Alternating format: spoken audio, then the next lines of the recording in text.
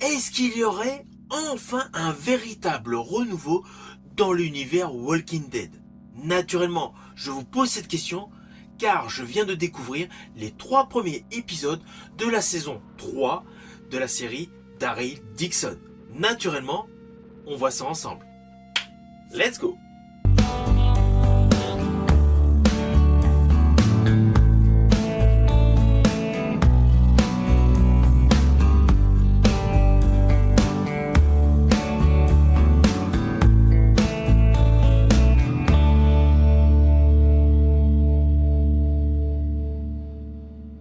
Alors après les États-Unis pour The Walking Dead, nous avons découvert avec la première saison de Daryl Dixon la France, de même pour la seconde saison.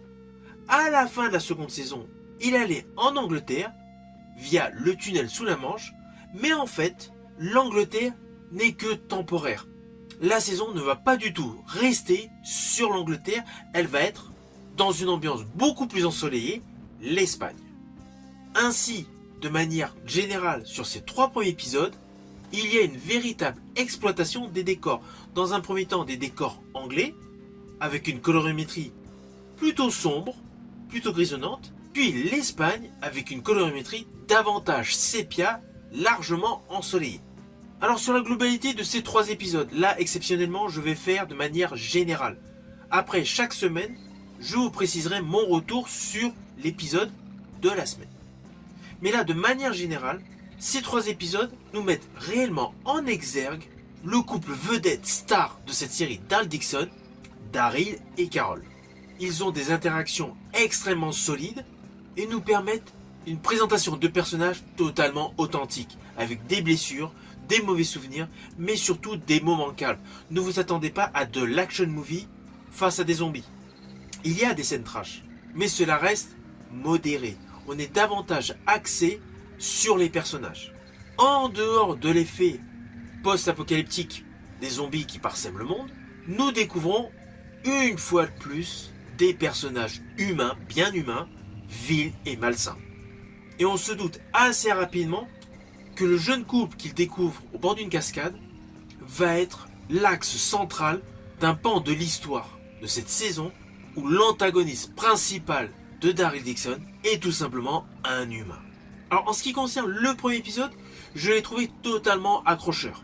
L'esthétique visuelle est radicalement innovante et l'histoire semble partir dans une direction innovante. Alors oui, il y a toujours le côté commun, d'un côté les zombies, de l'autre côté les humains, d'un côté une communauté qui essaie de s'en sortir, mais qui sont manipulés par des plus forts qu'eux.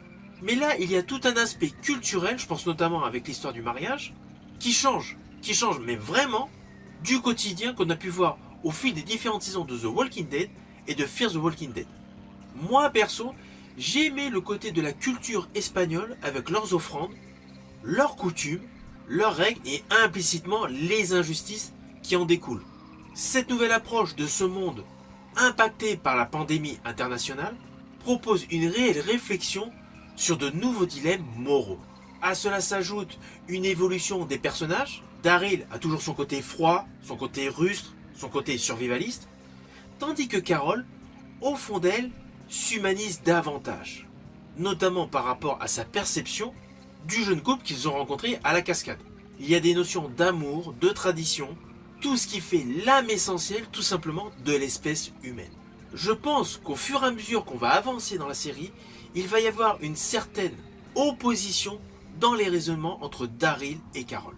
Et d'ailleurs, le fait d'avoir axé ces 3 premiers épisodes sur la politique de Solaz, et surtout sur les révélations que fait Fede par rapport à la tradition de l'Ofranda, via ses sacrifices imposés, cela pousse réellement à la réflexion.